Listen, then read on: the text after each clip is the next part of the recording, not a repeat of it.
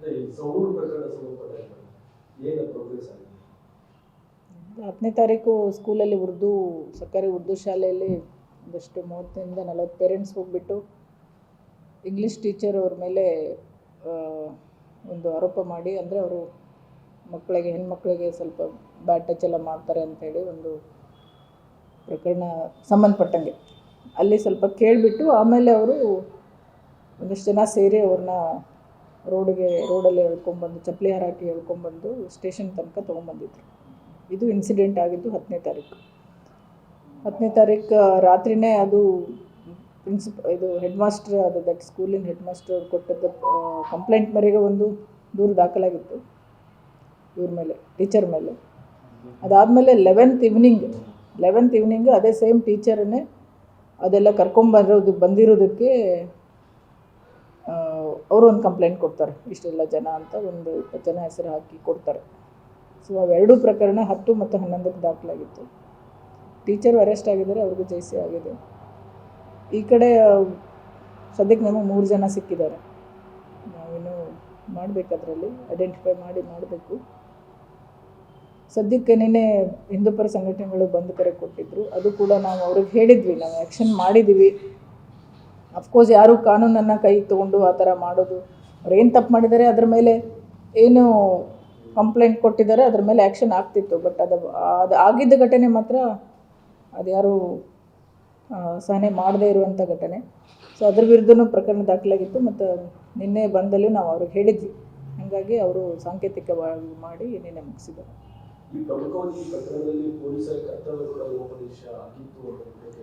ಅಂತ ಇನಿಷಿಯಲಿ ಇದು ಆಗಿದ್ದಾಗ ನಾವು ಅದನ್ನು ವೆರಿಫೈ ಮಾಡಿದ್ವಿ, ಏನಾಗಿದೆ ಆ್ಯಕ್ಚುಲಿ ಏನಾಗಿತ್ತು ಅಂತ. ಫಸ್ಟು ನಮಗೆ ಮಾಹಿತಿ ಬಂದಿದ್ದು ಗೊತ್ತಾಗಿಲ್ಲ, ಆಮೇಲೆ ಅವರು ಸ್ಟೇಷನಿಗೆ ಕರ್ಕೊಂಡ್ಬಂದಾಗ ಗೊತ್ತಾಯಿತು ಅಂತ ಹೇಳಿದರು.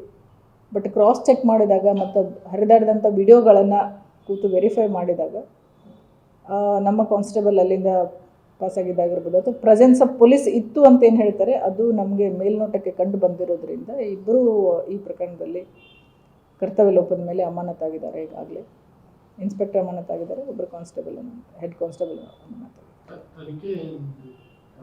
ತನಿಖೆ ನಡೀತಾ ಇದೆ. ಅದೀಗ ಹೇಳೋಕ್ಕೂ ಆಗಲ್ಲ, ಹೇಳುವಂಥದ್ದೂ ಅಲ್ಲ. ಆ ಮಕ್ಕಳದ ವಿಚಾರ, ಆಮೇಲೆ ಪೋಕ್ಸೋ ಕೇಸ್ ಆಗಿದೆ, ಅದ್ರ ಬಗ್ಗೆ ನಾವೇನು ಜಾಸ್ತಿ ಡಿಸ್ಕಸ್ ಮಾಡೋಕ್ಕೂ ಆಗೋದಿಲ್ಲ.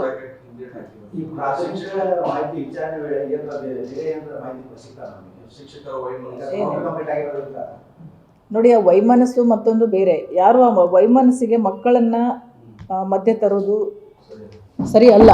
ಸೊ ಹಂಗಾಗಿರ್ಲಿಕ್ಕಿಲ್ಲ ಅಂತಲೇ ನಮ್ಗೆ ಅನ್ನಿಸ್ತದೆ. ನೋಡೋಣ ಇನ್ವೆಸ್ಟಿಗೇಷನಲ್ಲಿ ಏನಾಗ್ತದೆ.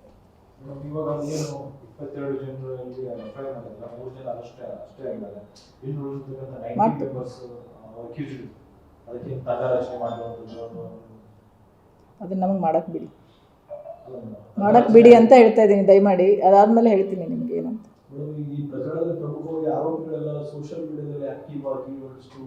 ಅದು ಹಾಕಿದ್ದಾರೆ, ಒಂದು ಆಡಿಯೋ ನಮ್ಮ ಗಮನಕ್ಕೂ ಬಂದಿದೆ, ಅದ್ರ ಮೇಲೂ ಕ್ರಮ ತಗೊಳ್ತಾ ಇದ್ದೀವಿ. ಕಾನೂನು ಮುಂದೆ ಯಾರು ದೊಡ್ಡವರಲ್ಲ, ಯಾರೇ ಆಗಿರ್ಬೋದು. ಇವನ್ ನಾವು ಕೂಡ ಪೊಲೀಸ್ ಆಗಿರ್ಬೋದು, ಇನ್ಯಾರೇ ಆಗಿರ್ಬೋದು, ಕಾನೂನು ಮುಂದೆ ಯಾರೂ ದೊಡ್ಡವರಲ್ಲ. ಕಾನೂನು ಕೈ ತೊಗೊಳಕ್ಕಾಗಲ್ಲ. ತಗೊಂಡವ್ರ ಮೇಲೆ ಈಗಾಗಲೇ ಏನಾಗಬೇಕು ಅದು ಆಗಿದೆ. ಪ್ರಚೋದನೆ ಮಾಡ್ತಾ ಇದ್ದಾರೆ, ಅದ್ರ ಮೇಲೂ ಏನು ಮಾಡಬೇಕಂತ ನಾವೆಲ್ಲ ಮಾಡ್ತಾ ಇದ್ದೀವಿ. ಈಗ ಇದರಲ್ಲಿ ಏನು ಬೇರೆ ಏನು ನಡೀತಾ ಇಲ್ಲ ರೀ. ಏನಿದೆ ಅದೇ ಆಗಿದೆ. ಕರ್ತವ್ಯ ಲೋಪ ಆಗಿರೋದಕ್ಕೂ ಆ್ಯಕ್ಷನ್ ಆಗಿದೆ, ಅವ್ರು ಎಳ್ಕೊಂಬಂದದಕ್ಕೂ ಆ್ಯಕ್ಷನ್ ಆಗಿದೆ. ಅವ್ರು ಆ ಥರ ಏನು ಮಾಡಿದಾರೆ ಕಂಪ್ಲೇಂಟ್ ಕೂಡ ಅದ್ರ ಪ್ರಕಾರ. ಸೊ ಸದ್ಯಕ್ಕೆ ಏನು ಇಶ್ಯೂಸ್ ಇಲ್ಲ.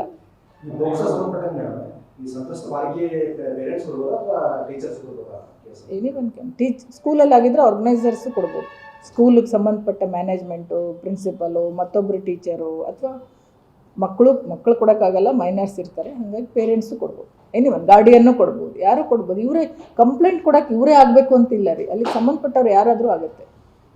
ಸೊ ಈಗ ಹೆಡ್ ಮಾಸ್ಟರ್ ಕೊಟ್ಟಿದ್ದಾರೆ.